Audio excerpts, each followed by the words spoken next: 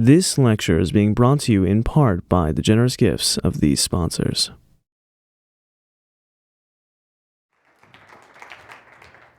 Well, thank you, Lori, and thank you, IHMC. And yes, happy Earth Day Eve to all of you. It looks like there's a lot of people roughly my age, so we all might remember the original Earth Day, 1971. So here we are a half century later, and we still have serious pollution problems. So tonight, I'm going to tell you some more problems about Florida's water situation. However, too much bad news in these troubled times is not good for you, I know that. So I'm going to start talking in the musical minor key, that's the key of the blues, and I'll transition eventually to a major key and end up more optimistically. So I got this and off we go. Okay, there we go. I first started as a freelance writer writing about water in the 1990s. One of my efforts was an article for the international edition of the Rotarian magazine talking about the world water crisis, which was just starting to emerge in those days. 80 countries were facing water shortages. But it hasn't gotten any better since then.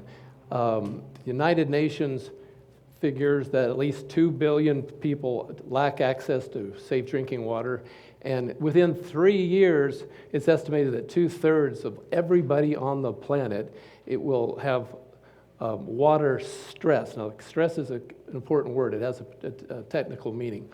But another way to look at it is this. There are 37 major water aquifers in the world, and 21 of them have already passed the tipping point.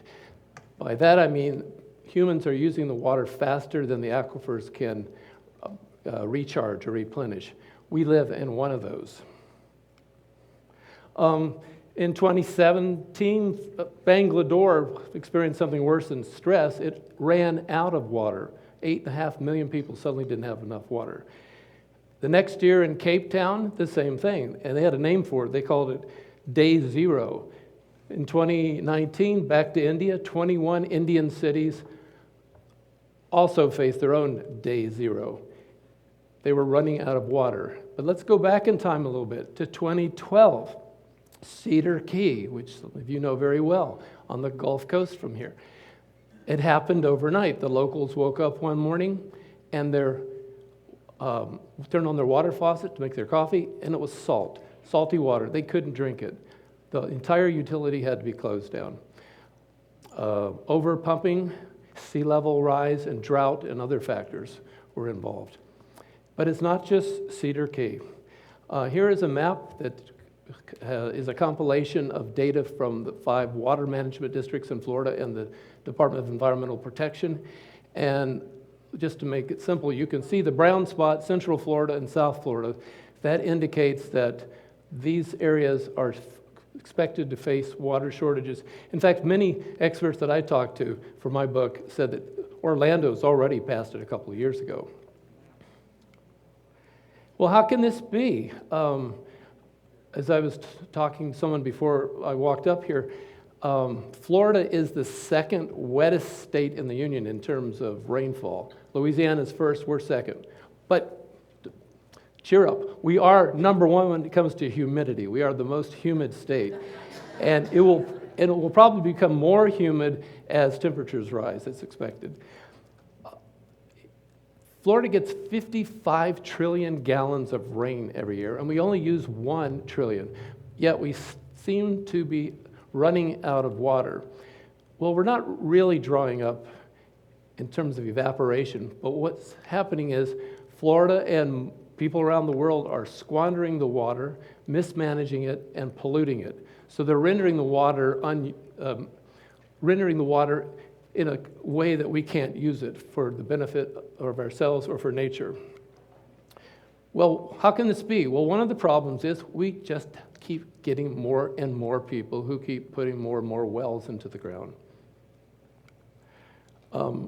Dr. Bob Knight, who's a friend of mine, and he's also an eminent spring scientist. He lives up in Alachua County, and he stood right here a few years ago telling everyone about the danger to Florida springs. And he also was nice enough to advise me and review part of my book to make sure I was accurate on the information about springs. One of his studies indicates that since the 1930s, 393 out of the 1,000 springs up here in North Florida have shown a decline of pumping power, the water coming up out of the ground, by 32%. He says at times at times Silver Springs is no longer a first magnitude spring. It's lost that. At times its pumping capacity has been reduced by 30 to 40%. He thinks, and other scientists agree with him, it's because we are pumping more and more and more and more water out of the ground. Here in Florida, most of our drinking water, and water for other purposes, comes out of the ground. It's over 90%. That's not true in all states, but it is here. Sometimes what happens is very dramatic, as what happened in White Springs on the Swanee River. So here's a photograph of people from all around the world that came to luxuriate in the spring waters at this bathhouse in 1914. Here's what it looks like in 2005, and pretty much still looks that way today. What happened? Well, what happened was a nearby phosphate mine kept pumping the groundwater out so much that the spring stopped flowing. And there are 5 or 6, 7 other springs in Florida that have had the same fate. We also waste a lot of water in this state. Now, I have to be careful how I put this. Not all the fresh water, but of the fresh water supply, that's the water that is made available to you and me for drinking and bathing and so forth. But Floridians use half of that precious fresh water to water their St. Augustine grass. And it's not just sprinkling and pumping. Our freshwater infrastructure is in trouble too. It's old, it's leaky, it's wasteful. Some of the pipes in the state are 100 years old. And we have more and more people headed this way to use these systems and put more and more pressure on it. If you're new to Florida, you might be surprised to hear this. Even though we are a wet state and all that, we do get droughts in Florida.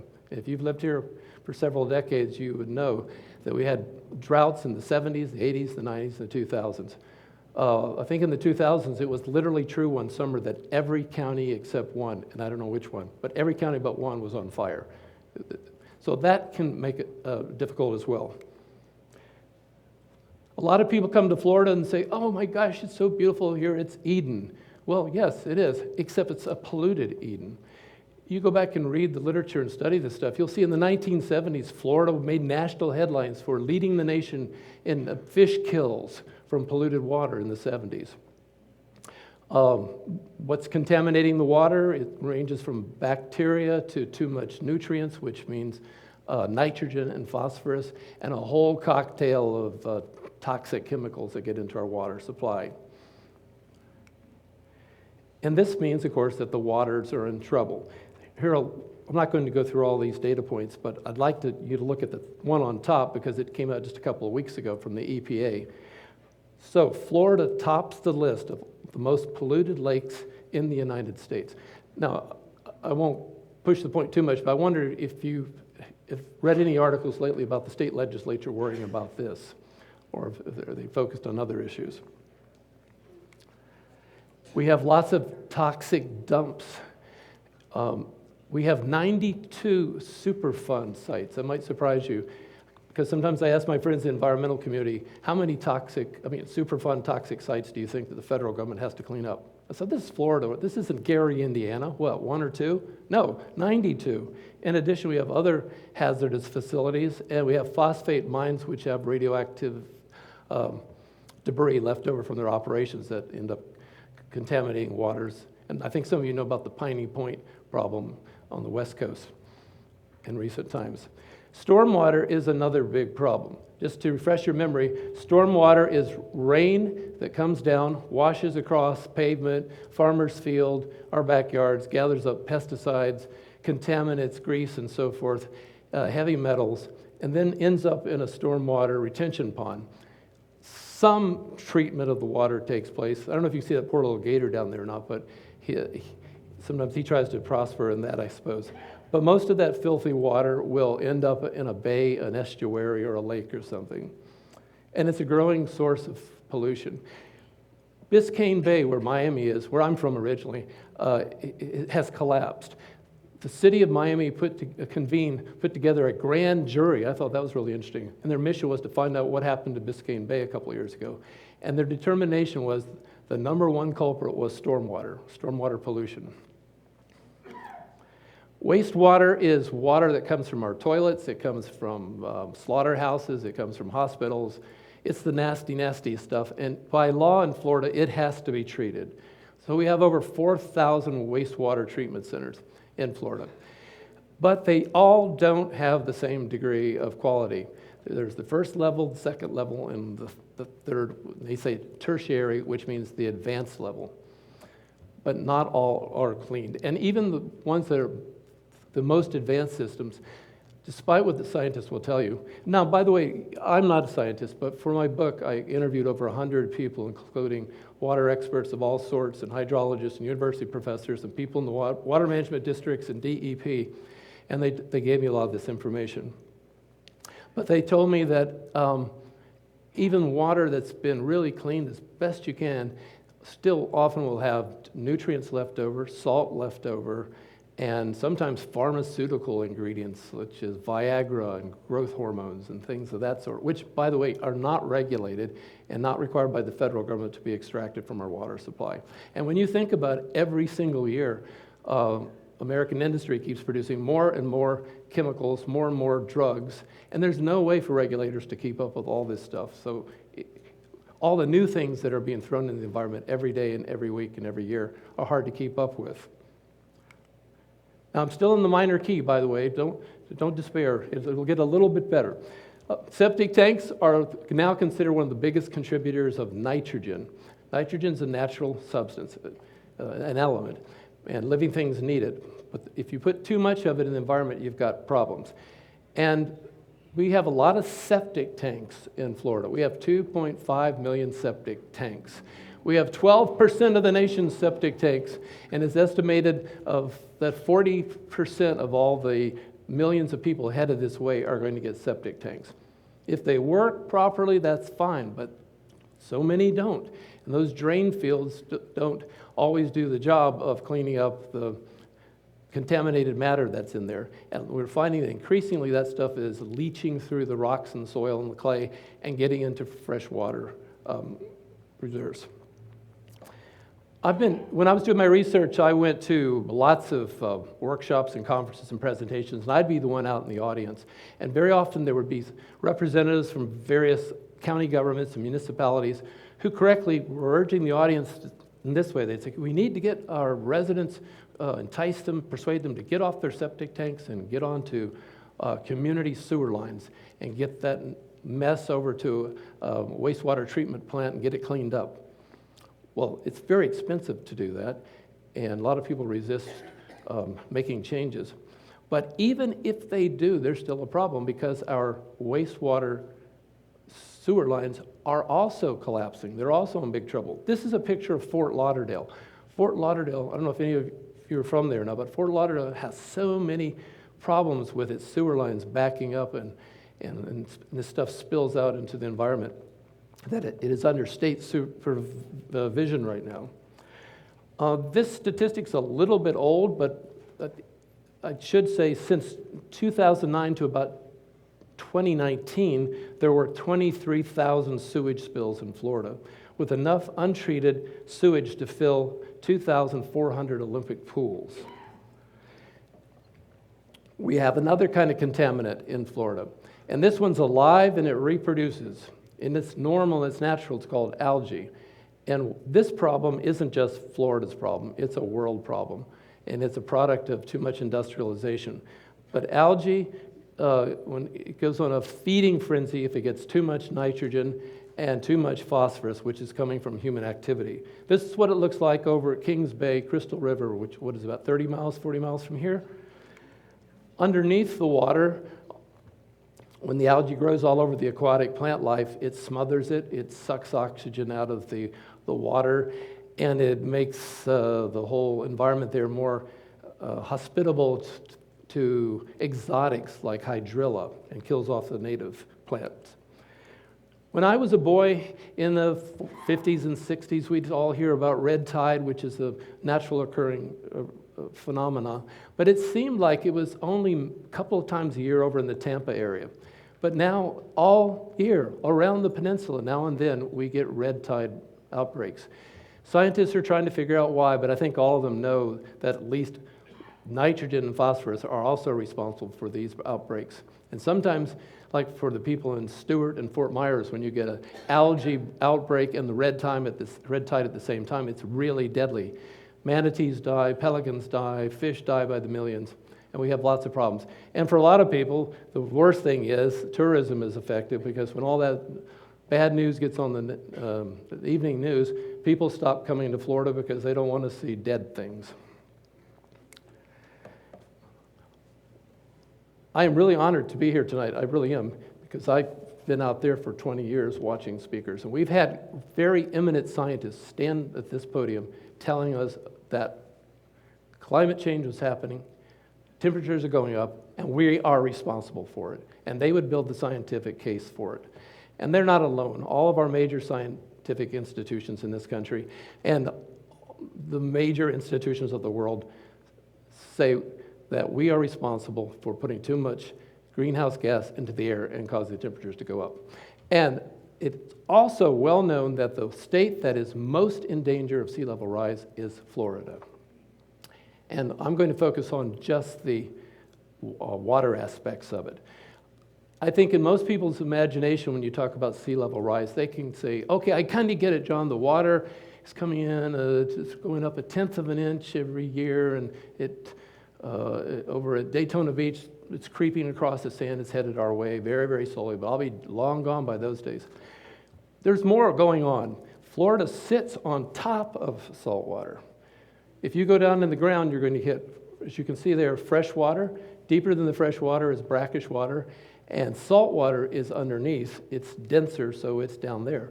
But as sea levels rise, it's pushing up from the bottom, and it's pushing the brackish water up, and the brackish water is pushing the fresh water up, and that means the groundwater level is coming up. Where this is a real problem is South Florida. When the groundwater comes up, it's getting into the drain fields of all those tens of thousands of septic tanks and contaminating freshwater supplies. Okay, all that stuff so far is pretty awful, isn't it? Well, the scientists I talked to at this point when I would be interviewing them, they'd say, but John, wait, that's not the worst problem. It's not. What could be worse than that? No. And they all agreed on this. The worst problem is the relentless destruction to the natural hydrology. In simple English, to the water cycle that we all learned about in 4th grade. The rain comes, the rain penetrates the soil, plants absorb rain, some of the rain goes down into the aquifer, the plants transpire vapor back into the air, clouds form, and the cycle goes on and on. But, and the Coles have lived in Palm Beach, this is Bridger Forest, and this is an example of what happens all across the state. So this is all done in the name of progress. This can happen anywhere, but imagine a developer comes in, cuts down 1,000 acres. Local people go to the county commission and say, oh, we're so upset, habitat's been destroyed. Our sense of beauty and aesthetics has been upset. We don't like this. Well, they're right about all those things. However, there's more to the story. All those trees also were reservoirs of water. All those plants and trees contain water. Now that's gone. The roots used to hold the soil in place to prevent erosion. Eroded earth is one of the biggest components of stormwater, which affects our drinking water supply. When the developer comes in and puts down pavement and concrete, the rain comes, but no longer can it penetrate and go down into the aquifer like it used to. Now it goes off as polluted stormwater somewhere, and at the receiving end, where that stormwater is going, that area traditionally, historically, didn't have an influx of all kinds of polluted water. So it's being overwhelmed with something it never had before. So the whole system of evaporation, rain, where the water is being affected. Actually, there are satellites in space. And NASA has a program called GRACE, And they are actually, it's too complicated to go into right now, but they are able to trace the movement of water around the world, not just what's happening to aquifers, but where concentrations of water are sort of relocating. Since I'm from Miami, I'll just pick on my home city. I spoke at the Miami Book Fair a couple of years ago, and I was a little bit hesitant to criticize the host city. Then I thought, I'm probably the only person in here who was actually born here, so I'll just go ahead and plunge into it. So Miami and South Florida are just loaded with canals because a century ago, Floridians were hell-bent on draining as much water as they could out of the state. We had too much water. They were trying to control flooding, but they also wanted to dry up the land for farming, like my relatives that Lori mentioned earlier, and for residential purposes and for buildings and all kinds of things. So now they got what they want. But you can just look at that and imagine when it rains, that water hits the concrete, hits the asphalt, hits people's backyard, and it goes immediately into that canal. And that canal's job is to evacuate that water out into Biscayne Bay. So all that nasty water is pouring out into Biscayne Bay right away. But here's something kind of interesting. It's getting harder and harder for these canals to evacuate the water because of sea level rise. The exit point is at the end of the canal, but the water on the other side, the sea, is starting to get as high as the canal, and the engineers are puzzled about what to do next. I'm not even going to talk about this. This is Jacksonville. Does it look like a hydrological wonderland to you?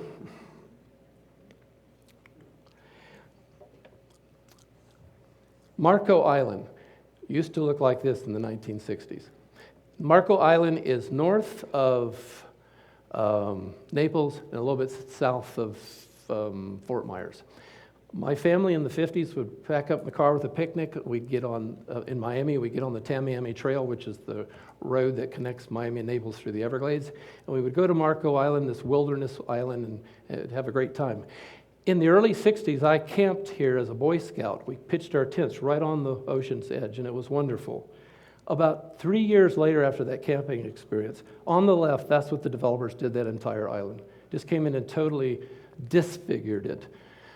This is called finger development to make sure everybody who comes down could think they were rich and have a yacht. They'd have their little motorboat in their backyard. Well, that was very nice, but this is what happened to the land. And on the right is what Marco Island looks like today. And it's not just there, it's all over the state. This is the villages, and it's growing all the time in 3 counties. It brings prosperity, brings jobs, and in that Disneyland atmosphere, lots of people have really a lot of fun. But you know what? That used to be farmland, that used to be wetlands, it used to be forest. And I wonder how much talk was, or how much was discussed about the future of water for the future generations when they do things like this and continue to do it. We have a problem with growth. We have people moving into the state, and we have people leaving.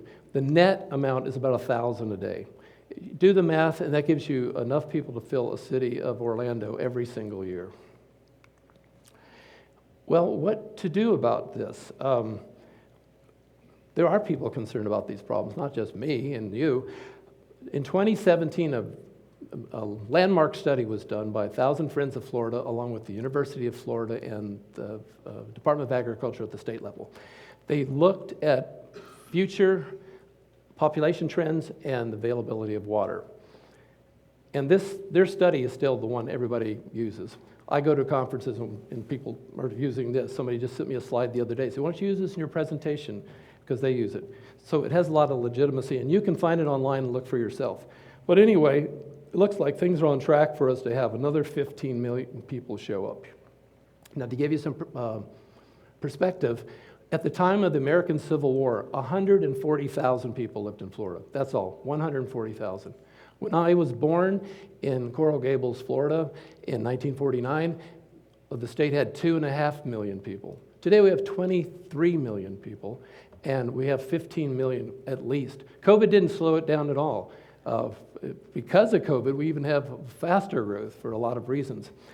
Now, if you look at the very bottom of that picture, though, There's something that the people who did the study didn't consider. And actually, I talked to one of the planners and I asked about this, and they said, yeah, you're right.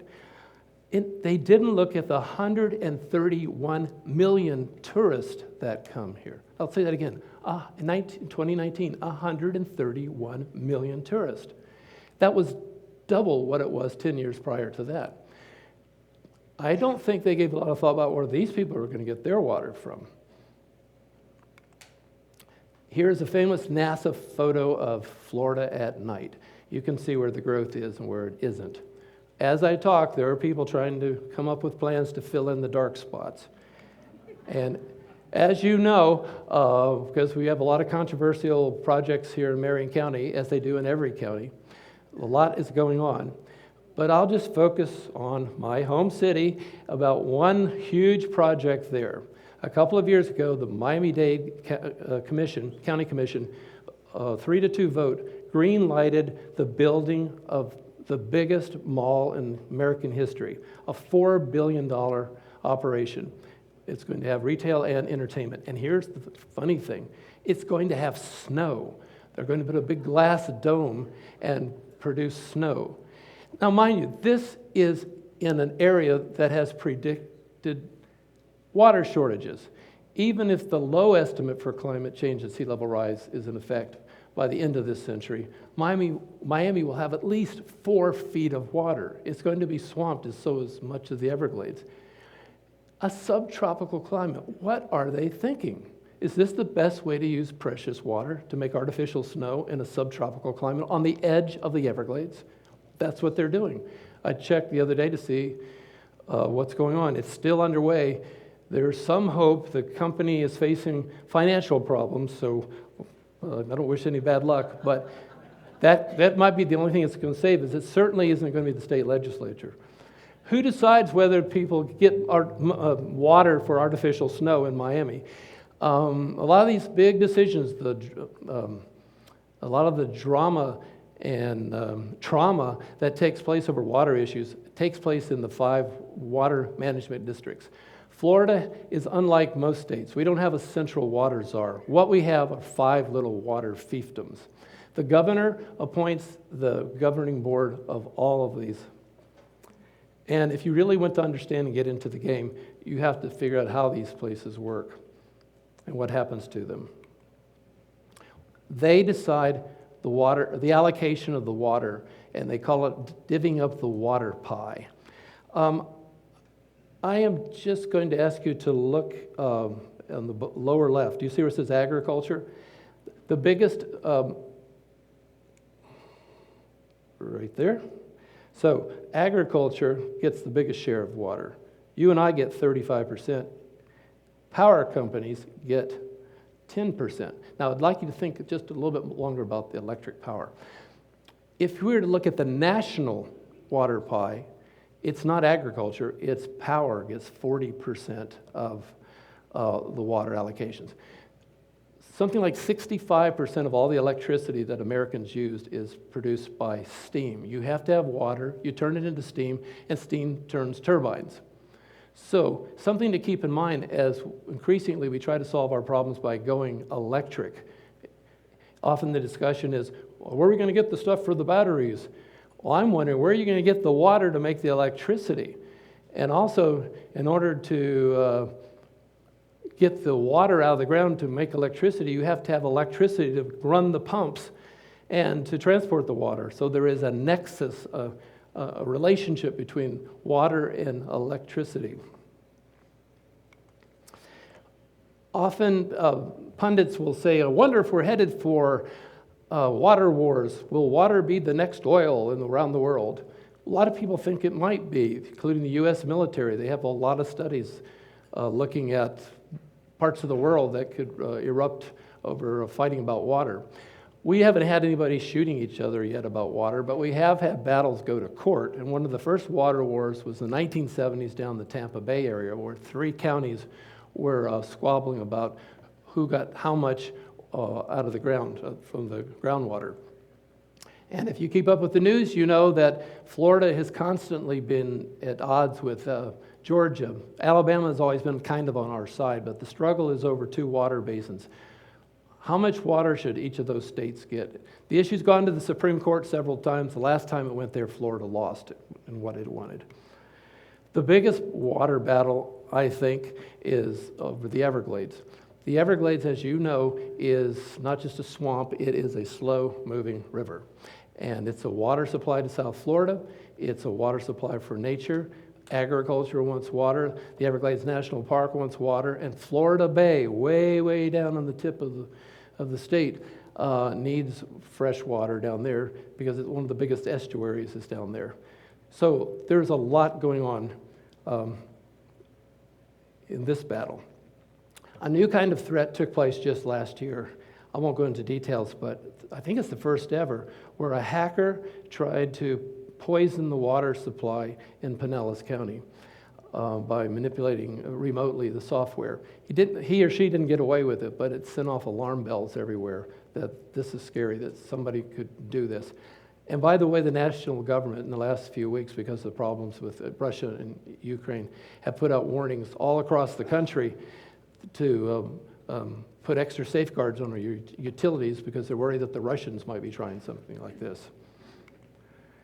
Okay, so with all those problems, I want you to know that there are really smart, good people in this state who are trying really hard to do something about it. But you can't just keep doing what you've always been doing if that's not working. So there's a lot of rethinking about what to do.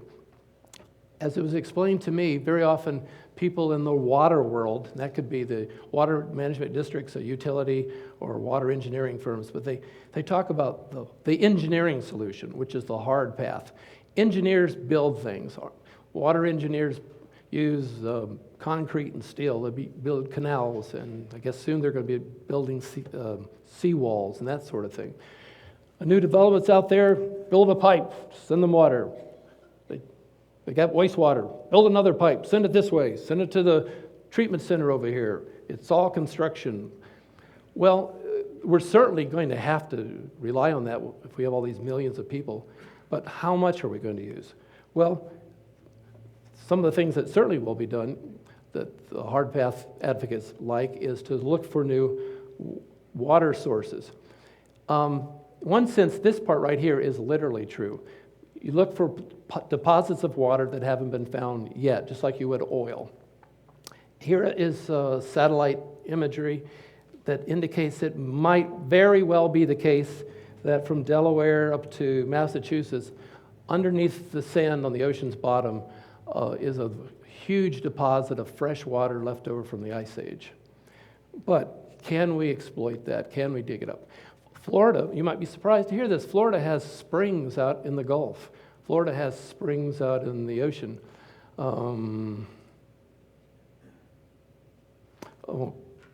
But I asked people in the water management districts about that, and they said, yeah, it's out there, but it looks like it'd be way too difficult to get pumps and pipes and all that and to get that water. It'd be very expensive. And for all we know, those springs still might be part of the same aquifer that's on the mainland here. Hard path advocates also want to use rivers more than they have. Here's the St. Johns River. It's a scenic river, and communities on the east coast of Florida are already tapping it. That sounds awful, but I've been told it's worse if you're using groundwater for non-potable or non-drinkable things for a variety of reasons. This water is dirtier, but if you use it for agriculture and then for industrial purposes and such, it'd be better to do that than clean, pure water from the ground. I got a phone call about a month ago from somebody who saw me do one of these presentations, and he was a very nice man, and he said, John, I moved down from Connecticut. I don't understand why you Floridians haven't thought about this. The answer to the water problems is the Atlantic Ocean. Desal, it's all out there. Do like the Israelis, turn it into fresh water. And I didn't want to puncture his balloon too quickly, so I gently told him that Florida already leads the nation in the use of desal water. We have over 120 of these plants, usually very small ones around the state, and they use a variety of methods. And none of them offer a panacea to our water problems. I took the tour over here in Tampa desal plant. Until recently, it was the biggest in the United States. There's a bigger one in California now. And I talked to the engineers, and I took the tour, and it was fascinating. Yes, they can turn brackish water and seawater into fresh water, but to build the plant is very expensive. They had trouble with the filters. It's very energy intensive. It puts lots of carbon into the air. They don't run it all year, and it only provides about a third of the water that Tampa needs. It's part of a larger water portfolio that the Tampa Bay people have. People in Tampa and the nearby area also have, as another component of their water supply, water that's stored in a reservoir. So I was able to go out there too. You have to get permission. The security guards won't let you just walk in, but if you're interested, you could probably arrange a tour out there. And it is fascinating. It's a mile across, 2 miles the other direction. It takes 2 guys on 2 lawnmowers 2 weeks to cut the grass out there. It's so big. So this supplies like a third of the water for Tampa area as well. And more people are wondering, can we use some of our old mines, rock pits down in South Florida to store water? That might happen. The problem, though, deal with evaporation. Georgia has a lot of reservoirs, and they have a lot of evaporation problems too. Speaking of Tampa, in the early 2000s, a business group called the Committee of 100, with a lot of political clout, had just about convinced the state legislature to come up with the hard path project of the century, which is to put pipes literally up here into Ocala and beyond into the north, and to ship fresh water from our region down to South and Central Florida. Because most of the people in Florida live down there, and the water's up here. Well, this did not go over well with the good old boys in North Florida, and there was a big outcry, and they backed off. But the plan's still there, and in my readings, I see now and then some legislators still trying to propose it. So you might keep an eye out that this could still happen someday. Okay, now I'm going to transition away from the key of the blues, and things are going to hopefully get a little bit better. California has had a lot of problems, and they've had to be very resourceful about water, and they've come up with what they call the soft path. And in here, we have something very similar, except the engineers tell me it's often called low impact. So soft path or low impact. It's a different way of water management. Yes, they still use bulldozers and pipes and such, but they try to minimize the use of that. And they try to use more natural processes and natural configuration of the land to purify water, to control water, and to utilize it. One of the basic assumptions is all water is one water. Hard path tends to say, well, here's some water for construction, here's water for agriculture. The soft path says, wait a minute, we're going to do more recycling. And you might be thinking, well, hold on, does that mean that I might be drinking toilet water that's been processed? The answer is maybe. It's very likely. We have pilot projects already underway. There was a beer making competition sponsored a couple years ago in Tampa. Beer makers from all over Florida showed up, and they were given processed wastewater and said, okay, go make some beer and we'll bring it back, and whoever has the best beer wins the cash prize. Sounds great. So they ate their sausages and drank their beer, and there was a winner. So the whole point was an attempt to get Floridians over the yuck factor. 2 years ago, the DEP, Department of Environmental Protection, came up with an okay for doing this. And they encourage it because they know what's coming if we don't do something. There's 2 ways to use wastewater, treated wastewater. Tampa has a plan they haven't put into effect yet, but very simply, this is called indirect potable. Potable means drinkable water. Is to take treated wastewater. It has to be treated first. Tampa already is doing this. It says treated wastewater, but it dumps it into the Tampa Bay. But this would say take that treated wastewater and pump it down into the earth and let nature clean it up for you. And eventually, over time, that reprocessed water underground will join the aquifer. However, There's also direct potable. That's when you take the wastewater, put it through advanced equipment like Altamont Springs, a Central Florida community did. And I just talked to them yesterday to make sure what I told you was right. I asked, I said, in that picture, are they drinking 100% processed water, or is it mixed with pure water from underneath the ground? And they said, no, it's 100%.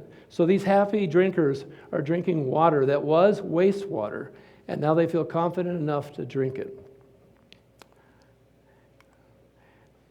As you go around the state, you see increased use of innovative green stormwater infrastructure.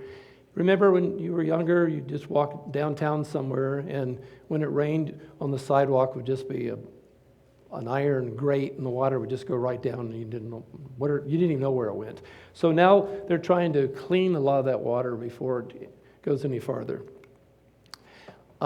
There is a certification process underway.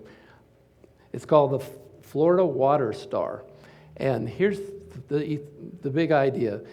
Increasingly, as I was told by the people that run these programs, that the utilities in Florida understand that they cannot continue on the status quo building out as normal, because they get water permits and there's a limit to how much water they can get. So they're trying to think of ways to encourage less consumption. So now, for example, the Bay Laurels Utility Company here in Marion County, starting June 1st, is going to require new construction on Top of the World and at Stone Creek to adhere to a building code that requires water-efficient appliances, water-efficient irrigation, and the right kind of landscaping. And there is a benefit to the consumer. They figured that if you do this, you can save $500 a year on your utility bill and 48,000 gallons of water. And to keep it honest, a third party comes and does the inspections. So this is going to start here in Marion County. Here's a picture of llama, and this one indicates a llama in Bolivia. Why do I have it up here? Well, I think it's just an interesting story, but I think there's Marion County implications, and I'll go through this really quickly. In the Andes Mountains, there are people who live there who are being poisoned by a contamination left over from mining operations. It affects their agriculture, affects their livestock, and affects them. Well, some very good people from the Virginia Military Institute who were taking technology they learned about from Great Britain showed up recently, and they took llama droppings, the manure, and they cooked it, and they turned it into charcoal, and they put it into these simple filters. And there's something about llama droppings, and it gets into chemistry that I don't know about, but I guess you just can't use any droppings, but these particular droppings interact in such a way that at the end, the water is drinkable right then and there after it goes through the filter. So these Americans have been teaching the villagers how to turn their llama droppings into charcoal and make these filters. I mention it not only because it's interesting, but I have friends who are connected to the horse industry, and there's a lot of concern about all the manure on the horse farms seeping down in the aquifer, and maybe also for the cows on the ranch. And one solution was, well, I'll hire somebody and pick up that stuff and get it out of Marion County. Maybe if you got some, some young people in their 20s, this might be the business for them to figure out how to get the right kind of droppings, or maybe we can import droppings from Bolivia and help it get the culture going. New ways of pricing water are also being used. If you go to Sam's, you get a discount, don't you? The more you buy, the cheaper the item gets because per unit. Well, with a new way of pricing water, it works just the opposite. After you get your basic needs met, the more water you use, the more you pay per unit to discourage consumption of water. It's been very successful around the world, in California and other places, and some of it's being done here in Florida as well. People don't usually like it, but it works. Increasingly, technology is being used to track water, to track the travel of water, to help with microagriculture. and a host of other things in order to, also to detect leaks. Some studies show that the underground pipes leak as much as 40% of the water that travels through them. And so this kind of technology is making a difference too. But there's simple technology that we can use. We have neighbors that got back recently from Japan, and they showed us a picture of a typical toilet. So the commode part looks familiar, but there's a sink right above it. So you do what you have to do on the toilet, but when you wash your hands, that water is now gray water. It goes in the tank and it flushes the toilet instead of clean, fresh water. It's being done in Florida too. It's starting to pop up in different new construction around the state. It requires having extra plumbing in your walls though, one for the fresh water and the other to recycle the gray water in your house. Another part of the soft path is to mimic nature. Orlando, a couple of decades ago, had a problem.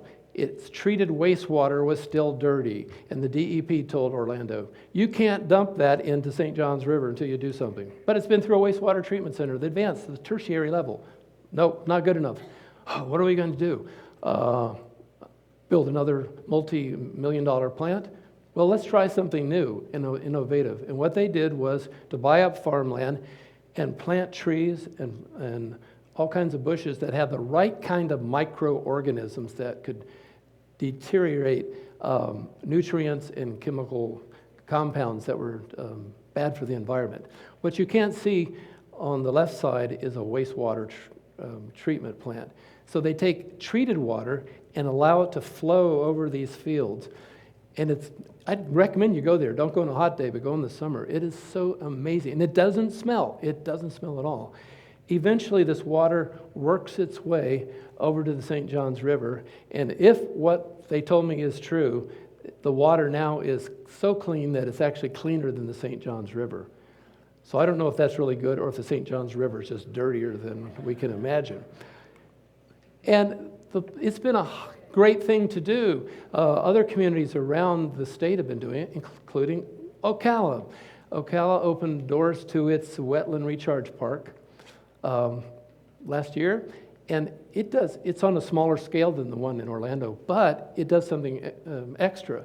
It takes treated stormwater and treated wastewater and polishes it, and it doesn't evacuate into a river, but it enables it to flow in sheet flows, and it slowly seeps down into the aquifer. So I think we should be proud of that. And these places also attract wildlife. There are all kinds of records that show that gators have come now to this place right here, and it's only been open. I don't know how the gators found out about it, but they showed up within months. There they were. One of the biggest restoration projects, and it still has a long way to go, is to restore the Everglades. A century ago, like I said, the big thing was to try to pump water out and control flooding and open up land for agriculture and development. Well, now we realize that was a mistake, that you have to have the Everglades flow southward. So they are trying to restore it, but they still have a long way to go. Some of the aspects of that restoration involved restoring. That Tamiami Trail that I talked about, it's a road that was considered an engineering feat of the decade when it was built in the 20s to go right. I mean, to put a road through the Everglades in the 20s, that was just considered an amazing thing. Okay, and it was a transportation boom, but the problem was it also functioned as a dam. So a lot of the water that should have been headed to the Everglades National Park and Florida Bay was not allowed to get there. So portions of the Tamiami Trail now are becoming bridges to allow that water to flow underneath. Can anybody besides me remember the Kissimmee River looking like it did on the left? The Kissimmee River flows from south of Orlando to Lake Okeechobee. And as you can see, it was a twisty, turny, meandering river. Well, there was a lot of pressure to end that and turn it to a canal like you see in the middle. They even did away with the Indian name Kissimmee. It was now called C38. Engineer talk for canal number 38. And what happened was when it became a canal, And the Corps of Engineers just didn't go out and do it. Congress passed a law saying, we want you to do this to dry up land for agriculture and development, all that. So they did, and almost right away they realized this was a terrible mistake. Now you had a straight line of polluted water making its way from Orlando to Lake Okeechobee and overwhelming it.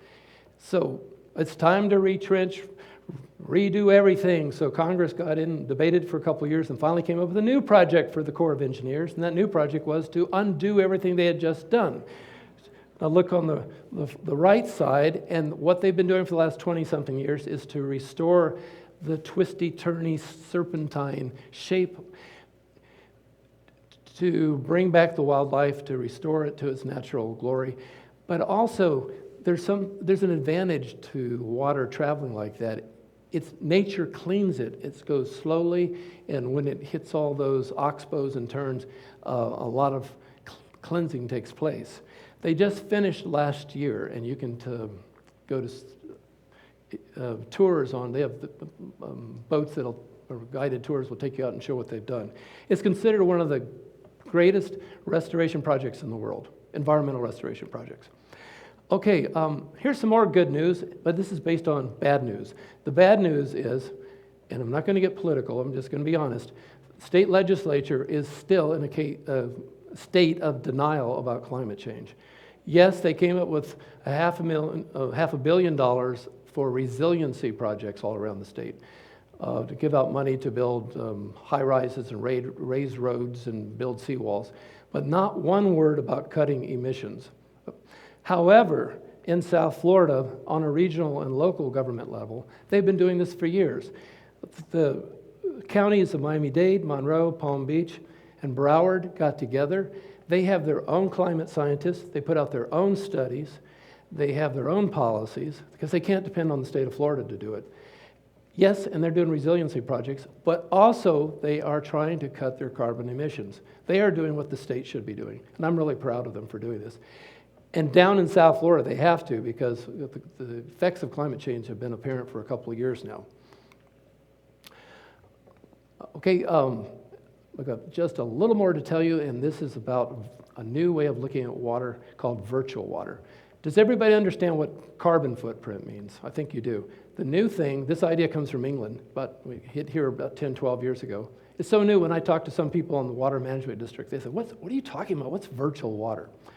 Well, now we're talking more and more about water footprints. To get it, you have to realize this. There are three kinds of water. Blue water is the water in a lake. Green water is in a tree. Gray water is wastewater. It's polluted water. So when you talk about making a product or a housing district being built or any kind of human activity, what we really need to do is to consider the water cost that goes into it. That's seldom done, but maybe that'll change.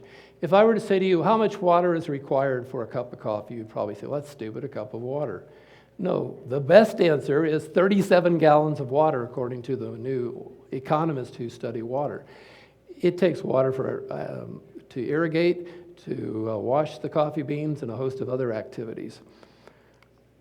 It takes 475 gallons of water to make 2 pounds of sugar cane. A smartphone, I have to tell you, there are different estimates on this, but one of the highest is it takes 3,190 gallons in manufacturing processes to make a cell phone. Here is our precious grandson, Liam, and he's up here. He's a little older than that now, but he's here because he illustrates a dilemma that a lot of young parents have. What kind of diaper should you use? And there's a lot to think about. Usually it's about, well, is it biodegradable and how much does it cost? But now, to confuse you even more, you can think about how much water is involved in making the diaper. The diaper on the left is a disposable diaper. And actually, it's, in terms of water, less water is required to make it than the cloth diaper, the reusable diaper on the right. However, when you look at the big picture, the virtual savings, the water footprint is in favor of the cloth diaper because over the long run, it requires less water. This is such a big deal now that a lot of countries do consider already in their trade policies. For example, a Mideastern country that's been growing limes in the desert with irrigated water, people like that are starting to say, wait a minute, does this make sense to use our precious water in the desert for growing fruit, and then we export it? Maybe we should import limes and use our water for more efficient purposes. I think a lot of you here for the next point would understand this. I think you all understand about the Nestle's controversy, right? Where any water company comes to Florida, gets a permit for like $110, and they can pump away and put, quote, our water in plastic bottles and sell them around the world. Well, that is annoying because they don't seem to really pay for it. But what about an orange, a Florida-grown orange? If we send shipments of oranges to Wisconsin, what's inside of those oranges? Florida water. So not only do you have the virtual water equation, you have the actual water itself being sent out of the state. So very shrewd economists are starting to look at that whole big scheme of water. Where is it going? What's happening to it? PBS had a special on water about 6 months ago. I don't know if you saw it, but they covered this point, and they had an animation just to make the point. They showed huge cargo ships filled with water just going from one country to the next just to get but we do it in different ways. So I would say to our leaders in the state government and the county commission, when somebody comes to town and says, well, I got this enterprise and it's going to create 150 jobs, and everybody gets very excited, when you start asking all the questions, we might say, how much is this going to cost in virtual water and real water? And who's going to pay for it? Environmental justice is another issue. I think a lot of you understand that there's an understanding now like never before that many marginalized people in the world, in the United States, particularly people of color and poor people, have got the real worst of the Industrial Revolution. Very often the garbage dump or the sewage line or the highway goes through the neighborhoods of the poor and not those that are clever enough and rich enough to hire lawyers to fight it off. Well, forget about race for a second and just look at the Finn-Holloway River. To me, this is an extraordinary thing. The state of Florida a couple of decades ago decided that the river in Taylor County was going to be, by law, an industrial river, which meant feel free to pollute all you want. Dump all your crap into the Finn-Holloway River. Well, today we realize there are a lot of sick people and health problems, environmental problems, so they're now trying to fix things up and clean, and there's arguments who's going to pay and so forth. It would have been a lot cheaper to have been enlightened, wouldn't you have thought, back in those days, and avoid a lot of this. So this means going into the future, we can't just think about water in an engineering way. We have to think about the ethical approaches as well. And one place that seems to be putting all this together is a brand new college in Florida. It's the Florida Gulf Coast University Water School. It just opened last year. It's a $95 million standalone college. And it's training the future water managers to have a comprehensive understanding of water, to understand the engineering parts, but also the social science, the ethical questions, business, and the whole thing. And this could be a model for other colleges as well, I hope. So in the future, what do you think is going to happen? What do I think is going to happen? I don't know, because there are examples that show, as usual, really extreme behavior. In Orange County, where Orlando is, I thought this is extraordinary. Last year, 89% of the voters, 89, not 51 to 49, 89, approved an amendment to the charter government to give the rights of nature to all decisions about development in Orlando. This used to be considered a wacky, radical idea not too long ago. I went to a conference on this at the University of Law School a couple of years ago. But now it's becoming a big topic. Well, of course, the state legislature thinks that's the last thing they want anybody to do, so they're fighting it. It's in court right now. At the other extreme, in 2020, water became something to trade on the stock market as a future. That means stockbrokers can play games. They're trading games of, I wonder what the price of water is going to be. We can bid high or low and call our options and do all that stuff, just as if it was oil or cotton or some other commodity. Do you all remember who Rachel Carson was? It wrote Silent Spring, started the environmental movement. She wrote somewhere, that one day if water ceases to be thought of as a precious life-giving force and becomes just another thing in production, we have lost an awful lot. We're not there yet, but we have people that are shoving us in that direction. There are people in the state that want to privatize the water management districts and turn them over to corporations. I talk to people in the districts, and they say, oh, it's just big talk, don't worry about it. Well, it just scares me that you read about this in the water trade magazines. Okay, I have about 2 minutes left, and if with your indulgence, what I'm going to do is just read one-liners for 2 minutes of suggestions about what we can do, what we and our leaders should be doing. I didn't make these up. I gleaned these from all those water experts that I interviewed for so long. So off I go, and I'll be brief.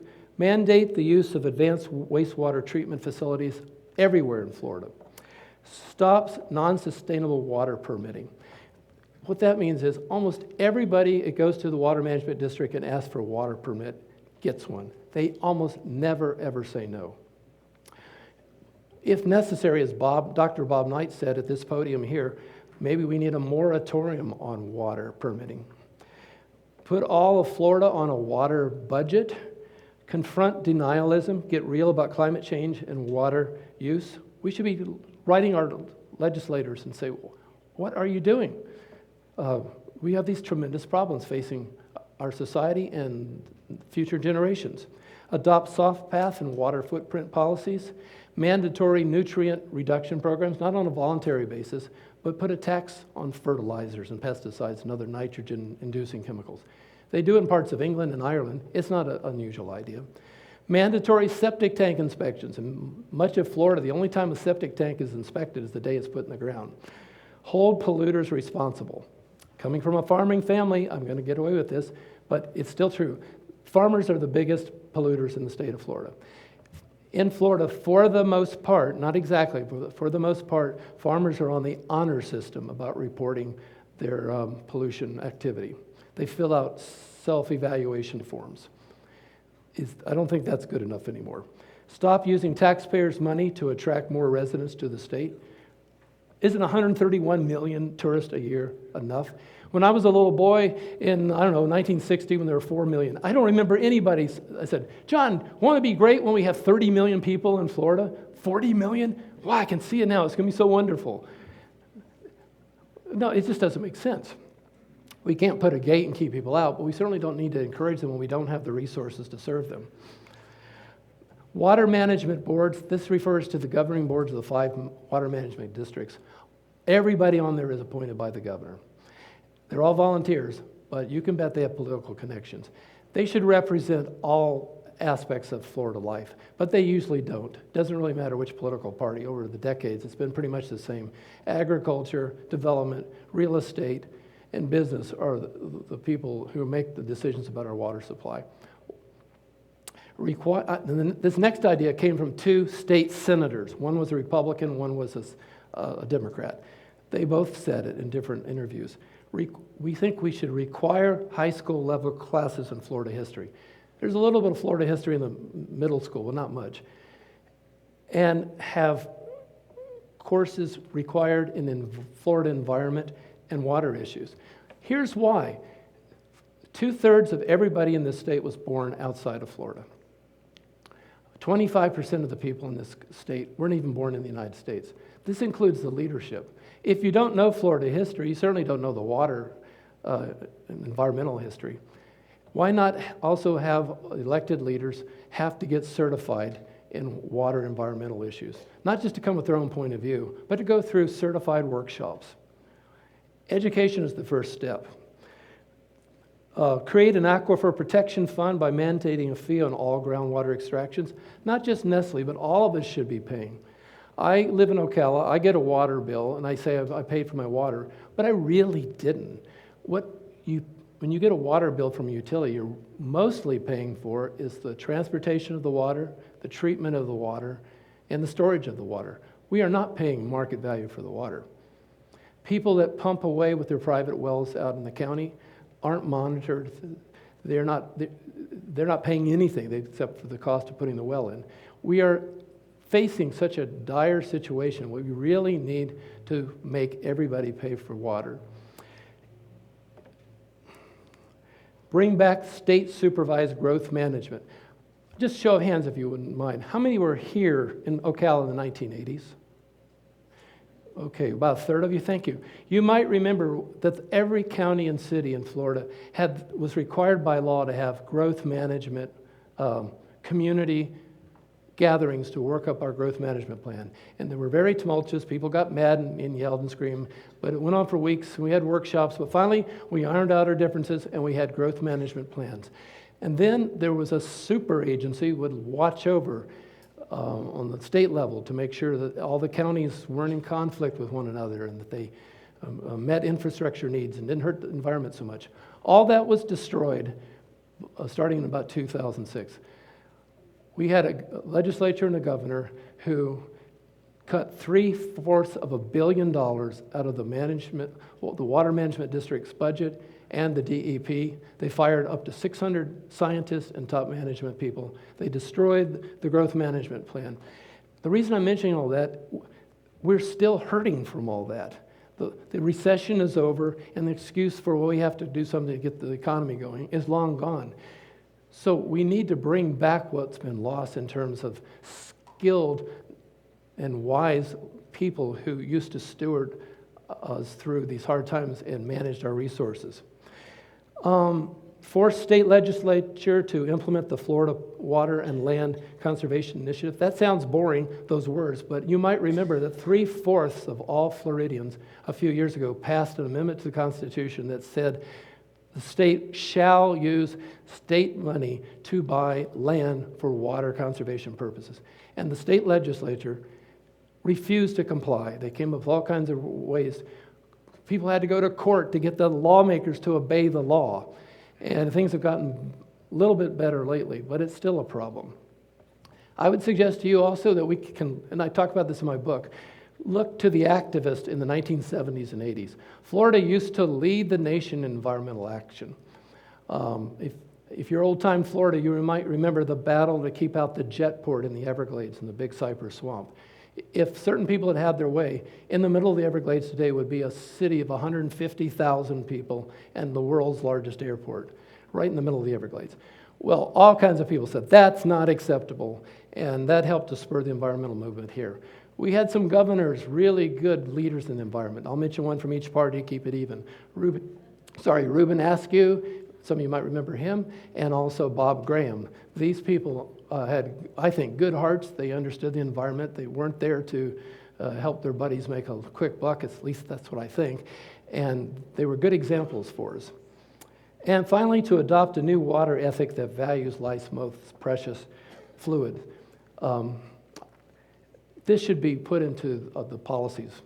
So in the end, the very end here, that means we have to choose elected officials who do appreciate these things and will work towards them and set examples for us.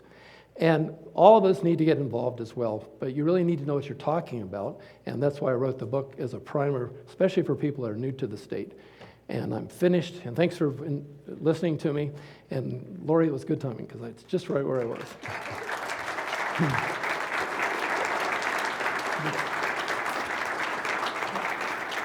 Thank y'all. I want to direct on your chairs, everybody's chair, there is The same ideas. the list that John just went through. There's also a website where you can get and order his book. We kind of ran over a little bit, but it's okay because it was great. I don't know whether I'm inspired or really depressed right now. So anyway, I'm going to allow for 2 questions. I know that's really hard, so you had your hand up first, so I'm going to throw this at you. Okay. Yeah, I was wondering what your thoughts are on the Rodman Dam being released. Is that going to open up and allow more water to come out of the Florida aquifer?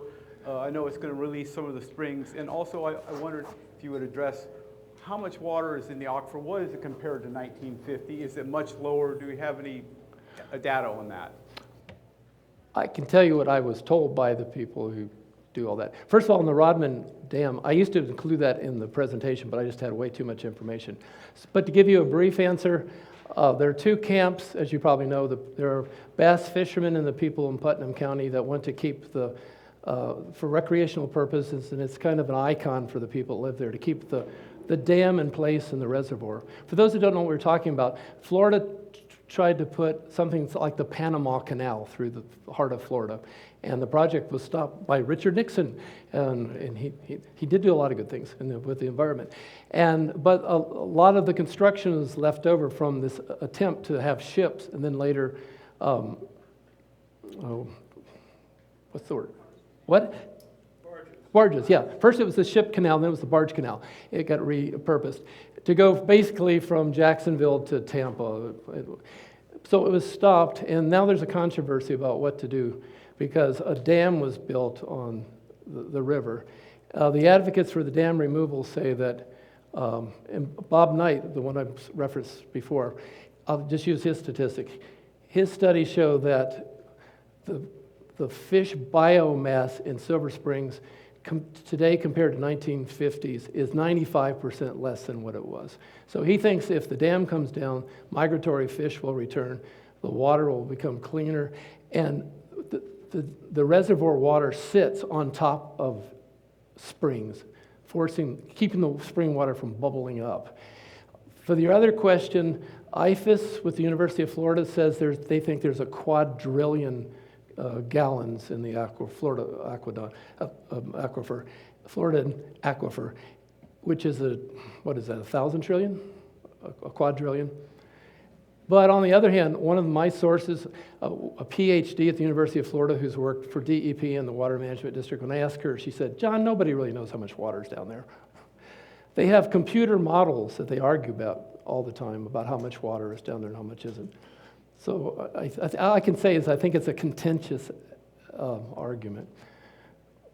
But they do measure the pumping force. They do not have ways of reckoning that, and it's been diminished greatly since the 1930s. It just seems like all those lakes will drain down further if they open up that dam, and also it relieves the pressure on those springs and more water will come out of the aquifer at the same time. That will help reduce our aquifer at the same time by doing that, by getting rid of the dam. That's why I know about the fish, our aquifer is pretty important. Yes, it is. Thank you. Do we have one more? Just one more. I'm certainly going to let Mark Emery ask a question. That'll be our last question. Make it good, Mark. Oh, okay. Hi, Mark. And if you want to come up here and ask me a question, I'll be glad to talk to you. Okay. Well, you know, we dive Silver Springs once a month and clean the bottom, and it would take algae off and do all that. And so I've been watching it since I was a little kid. And what I'm seeing now on fish are lesions. So I'm talking to different people who check the water. And you come to find out they only check certain things. And so I was curious if you knew more about all that. And I've talked to everybody from sheriffs to whatever. They break in on a meth lab and they dump it all down the toilet. People throw their medicines away, they throw it down the toilet. It gets into your water supply, and you look at the fish on the river and they're not the same as they did when we were kids. Well, I don't know about that, but you probably know that in the chain of lakes, a couple decades ago, they did say that malformations in gators was attributable to pharmaceuticals and other things that got into water. In fact, the scientist that discovered that testified in Congress, and he told all the congressmen that all of the men were probably half the men that their grandfathers were, because their masculinity had been reduced by water pollution as well.